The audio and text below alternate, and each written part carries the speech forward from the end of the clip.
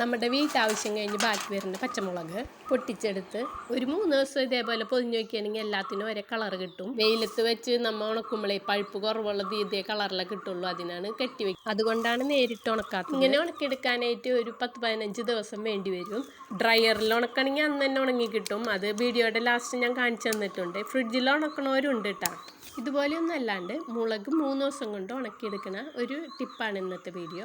അപ്പോൾ വെള്ളം നല്ലോണം തിളപ്പിച്ച് അതിൽ മുളക് ഒരു 8-9 സെക്കൻഡ് ഒന്ന് ഡിപ്പ് ചെയ്തെടുക്കുക. അപ്പോൾ എരിവൊന്നും പോവില്ല, ആ തൊണ്ട് മാത്രമേ വാടണുള്ളൂ. എന്നിട്ട് നമ്മൾ 3 ദിവസം വെയിലത്തിട്ട് ഉണക്കണമെന്നുണ്ടെങ്കിൽ ഇതേപോലെ ക്രിസ്പായിട്ട് നമുക്ക് ഉണങ്ങി കിട്ടും. കളറും നല്ലപോലെ ഉണ്ടാവും. കണ്ടുപിടിച്ച് നോക്കിയാൽ ഒടിയും.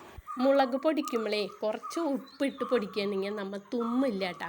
ചില്ലുകുപ്പിയിൽ ഉണക്കി സൂക്ഷിക്കുകയാണെങ്കിൽ മുളക് പൂക്കില്ല, പ്ലാസ്റ്റിക് കുപ്പിയിലാണ് പൂക്കുക. ഒരു ദിവസം കൊണ്ട് ഡ്രയറിൽ ഉണക്കിയ മുളക് നോക്കിയാൽ.